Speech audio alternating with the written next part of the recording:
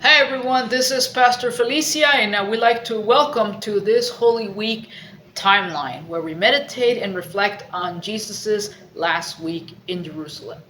If you recall, this past Sunday we celebrated Palm Sunday, where we remember Jesus' triumphal entry to Jerusalem. And we saw that a lot of folks in that crowd had different reactions to Jesus. Some were happy as they saw Jesus' entry as the fulfillment of the words of the prophet Zechariah. Behold, a king humbly coming on a donkey. We hear the shouts of Hosanna, Hosanna, but we also get frowns from religious leaders.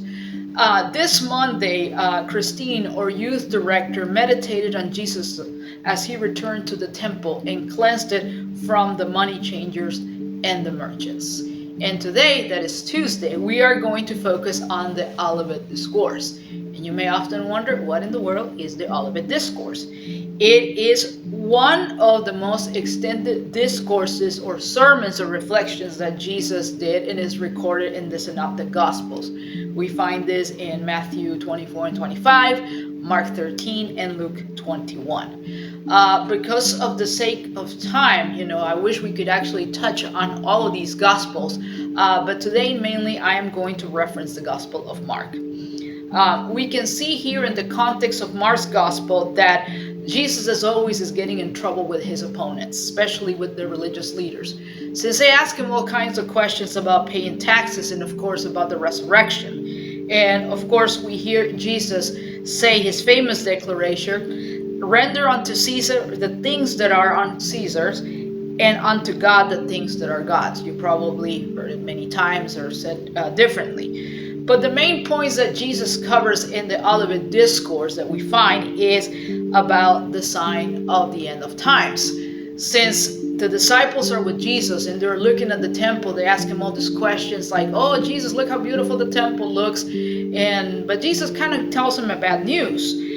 Because he will say that, yeah, it looks really nice and very beautiful, but of course this is not going to last forever, because there will be destruction of this temple. And then Jesus gets in this sermon that speaks about false messiahs and prophets, that they're come to rise. You will hear about wars and rumors of wars. You're also going to hear about persecutions and the return of Christ himself. And one thing that's really interesting about Mark, and not only do we find this in Mark, but also in other books of the Bible, is that he uses apocalyptic imagery, which is visual representation to depict divine judgment, and especially also about the final battle between good and evil. A lot of scholars always define that. We see that in the images that Jesus uses, like, for example, the moon turning into blood and the Son of Man coming in the clouds. But often, too, when the disciples hear the words of Jesus, they ask when these things are going to take place. And Jesus emphasizes again, over and over, that no one knows the exact day or the hour that this will happen.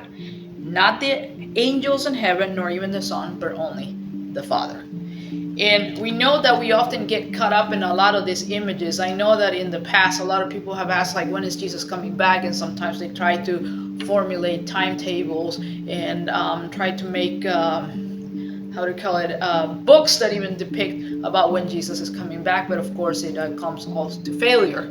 But I still found it interesting that if we take this passage in a different direction, and I really appreciate the approach that Pastor Elizabeth Johnson says about Mark 13, and also about the later events that occur during the time of Jesus' passion, is that even though the Lord asks his disciples to be awake, to be alert, to be ready, and be more watchful, more than often than anything, the disciples fail.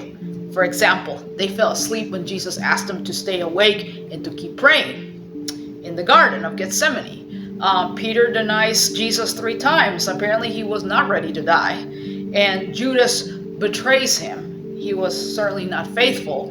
And when Jesus stands before Pilate, none of the disciples waits and watches. However, even though the disciples could not stand the test, God was faithful and merciful. And even though we as human beings may fail, God always welcomes us back. And even in the end, when we look at the last events that happened before Jesus is taken up to heaven, even he redeemed the mistakes of his followers. Ultimately, the Olivet Discord is not meant to instill fear, but faith. It reminds us that while the world may shake and falter, and even our resolve may falter like the disciples, God's promises remain unshaking. The call to stay awake is not a demand for perfection, but an invitation to trust, to live with eyes wide open to God's presence and promises, even in times of uncertainty. Yes, we may stumble, we might fall asleep when asked to watch, denying when we are called to bear witness or run away when we should stand firm. However, the gospel assures us that Jesus does not abandon us in our failures. He redeems and restores, entrusting us once again with the work of faithfulness, not driven by fear, but by love. Amen.